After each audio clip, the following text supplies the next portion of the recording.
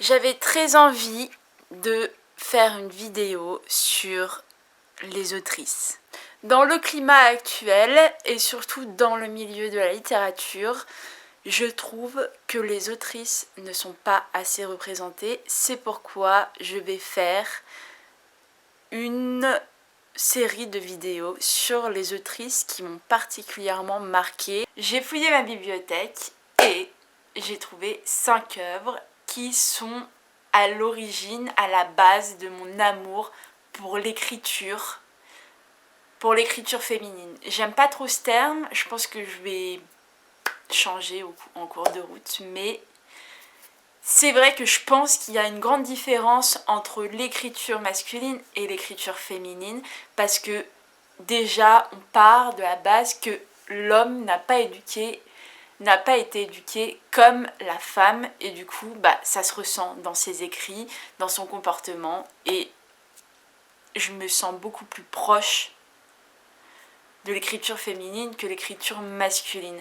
Je trouve que l'écriture féminine a quelque chose d'assez intime qui va en profondeur dans la psychologie, dans la psyché humaine, et en fait, elle n'est pas du tout à l'extérieur et dans la société, elle est plus, comme elle vit dans la maison, et elle n'est pas incitée à vivre dans la... Enfin, elle n'est pas encouragée à déployer ses capacités dans la société.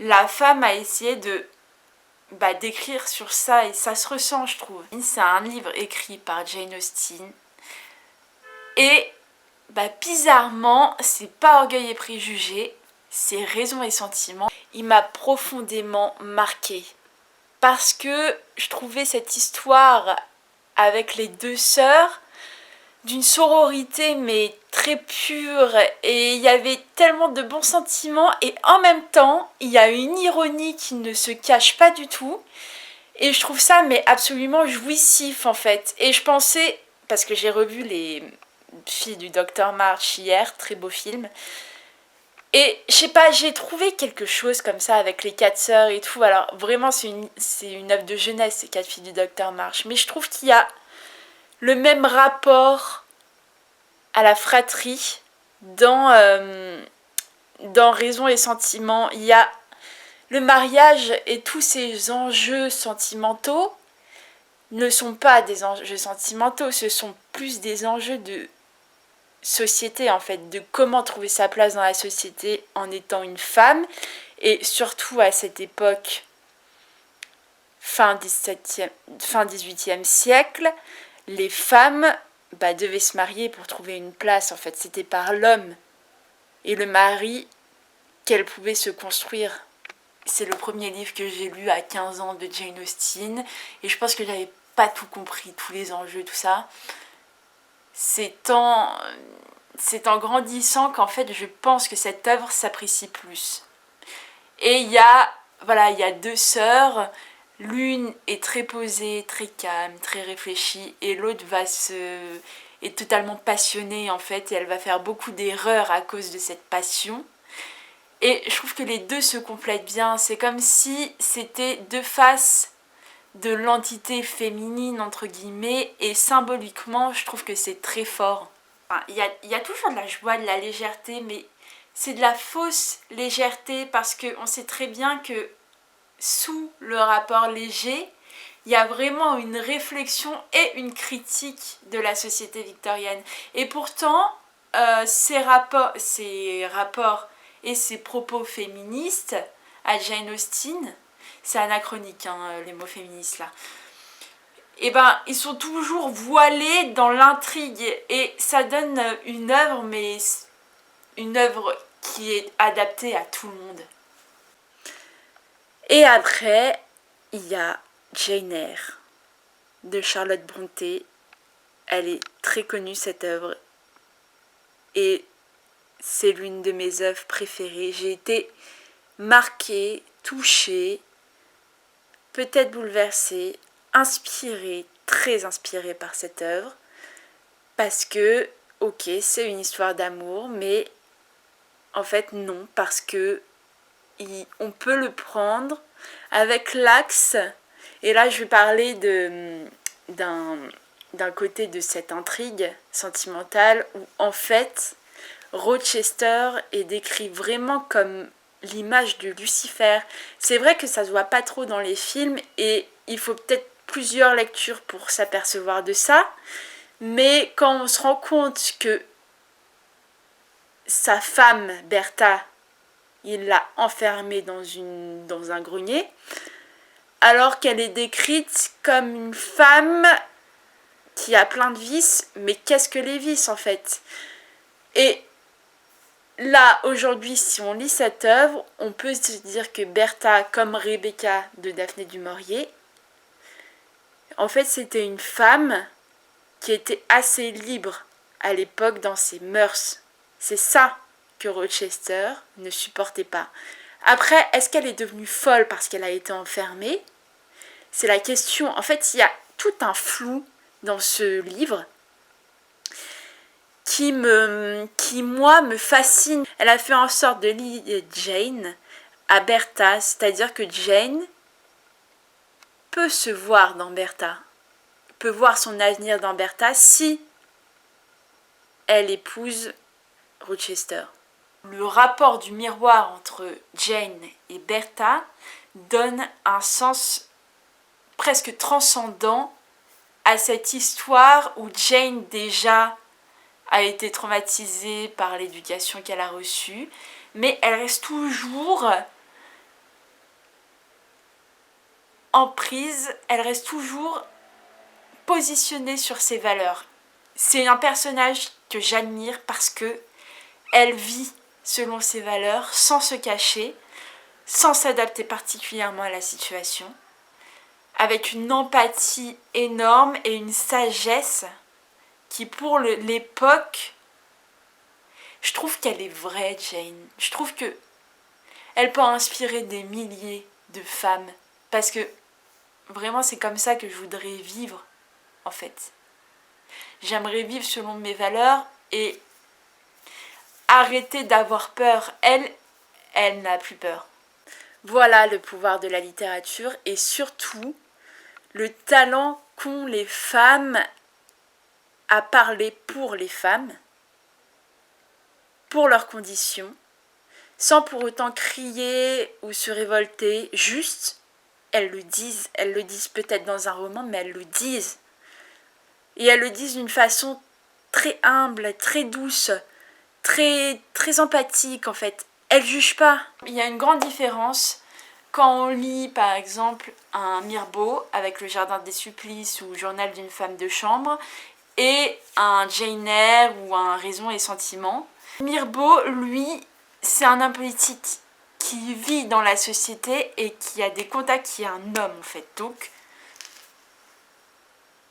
qui a déjà l'habitude d'être en société et donc d'avoir un énorme style grandiloquent, tout ça, avec une fougue et une fièvre et enfin une verve super réactionnaire, alors que les femmes, elles, vont plus essayer de tempérer la situation et vont plus être dans l'intimité et dans une chose presque impalpable en fait, une sorte de timidité. Je trouve qu'il y a une sorte de timidité dans le rapport qu'ont les femmes avec le monde. Et pour ça, je pourrais parler de Irène Narimowski avec Suite française. Alors là, c'est pas vraiment de la timidité, mais je trouve qu'il y a une sorte de pudeur en fait dans sa manière d'écrire son roman. Suite française, ça va être le témoignage de l'exode suite à l'attaque des Allemands, où tous les Français vont prendre la route en fait pour échapper à la guerre et à Hitler. Et elle décrit ça très poétiquement en fait, c'est très poétique et en même temps c'est très accroché à la réalité de l'époque. C'est un vrai témoignage, mais il y a une dimension transcendante dans ce roman qui fait que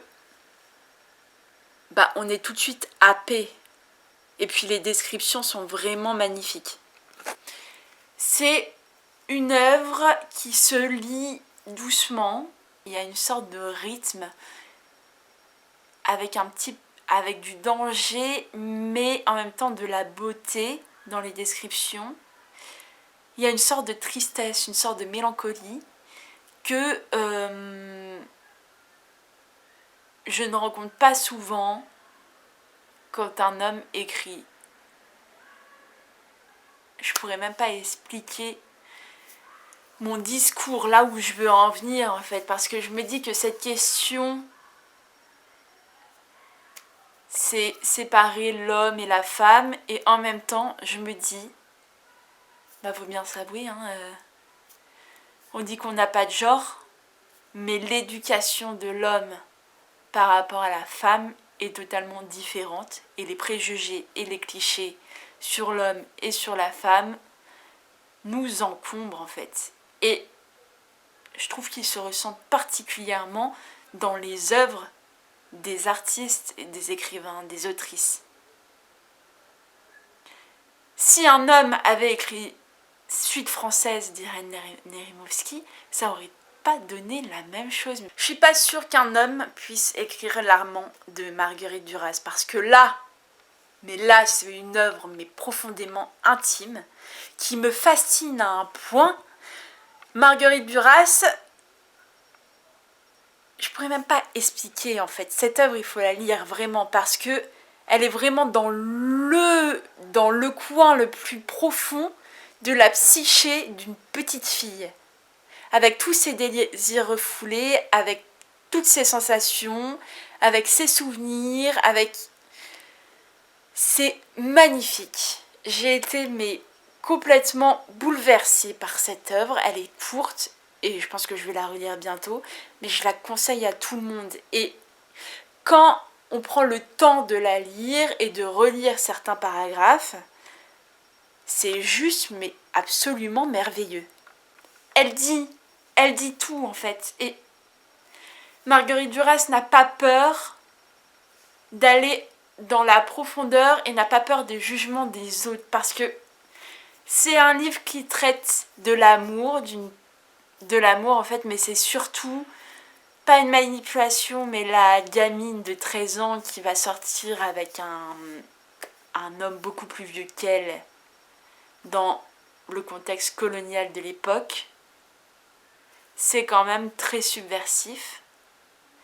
Et pourtant, elle arrive à employer tout un champ de l'art, de la littérature, du langage, pour faire comprendre au lecteur qu'il n'y a pas de jugement à avoir, et c'est même bien plus grave que ça, c'est que peut-être la petite fille, l'adolescente, est en prise aussi avec toute une société et avec sa condition de femme. Pour s'en sortir, elle n'a pas d'autre choix que de sortir avec un homme qu'elle n'aime pas trop, et pourtant elle ressent du désir. En réalité, c'est le fait d'avoir toutes ces contradictions que l'être humain a, une sorte de dualité que peut-être on ressent tous, mais en tout cas je la ressens profondément, et parfois elle est très violente, cette dualité, entre le désir, entre ce qui est bien et le mal, entre la morale, entre le désir, entre la morale, et entre ce qu'on veut nous, personnellement. Annie Ernaux s'est beaucoup inspirée de Marguerite Duras, parce que c'est vrai que Marguerite Duras a un propos très social dans ses livres en fait, et Annie Ernaux, elle est allée beaucoup plus loin dans le propos et l'analyse de la femme. Elle a écrit des livres qu'elle a rendus, elle s'est prise elle-même pour cobaye, si on veut. C'est pas de l'autofiction, c'est pas une autobiographie non plus, c'est juste sa vie qu'elle utilise pour expliquer tous les rouages de la société, de notre société, parce qu'elle est encore en vie, et tous les rouages de la psychologie féminine. Et dans les années, c'est vraiment une succession d'images et de réflexions de sa jeunesse en fait. On ne sait plus trop ce qu'elle vit, parce que Du coup, c'est pas un style classique où il y a vraiment une histoire avec un début, une fin. Là, c'est vraiment une sorte de... C'est à mi-chemin entre l'essai et le récit de vie. Et moi, il m'a beaucoup apporté ce livre parce qu'il me parlait profondément en tant que femme, en fait. Il me parlait vraiment. C'est... La prochaine fois, je parlerai de La femme gelée, qui là est profondément ancrée dans le discours féministe. Mais Les années, c'est beaucoup plus une quête de soi sur l'enfance, sur la transmission des parents, sur la vie en fait, sur la vie personnelle et la vie en communauté, donc en société. Et je trouve que oui, il y a un grand rapport avec Marguerite Duras et Annie Ernaux. Annie Ernaux a pris de Marguerite Duras le côté très profond et l'analyse en fait qu'elle a commencé à transmettre dans ses œuvres, mais Annie Ernaux est allée beaucoup plus loin et l'a rendu, mais c'est tellement ancré dans notre époque, Annie Ernaux. Il y en a qui ne sont pas d'accord avec moi, je sais, j'en ai déjà discuté avec certains. Pour moi, visibiliser les femmes, c'est très important parce qu'elles le sont naturellement pas, parce qu'il y a encore dans la société énormément de préjugés. Pour certaines personnes, un auteur, c'est un homme et pas une femme. Un artiste, c'est un homme et pas une femme. Alors qu'une femme a le même cerveau que les hommes. Et pour ça, il faudrait arrêter d'avoir autant de préjugés. Mais c'est difficile de se déconstruire. Et pour déconstruire les préjugés, je pense qu'il faut montrer la complexité du monde. C'est pas un point A et un point B, c'est juste les liens qui vont se faire entre cette question de l'écriture et du genre, plutôt que d'aller « Ah bah, elle c'est une femme, donc elle écrit que des trucs de grand-mère ». Je suis très consciente d'être une femme, en fait, d'avoir un sexe qui, au départ, ne me facilite pas la vie. Et je vais ne pas être impolie cette fois-ci et je vais vous dire au revoir tout simplement.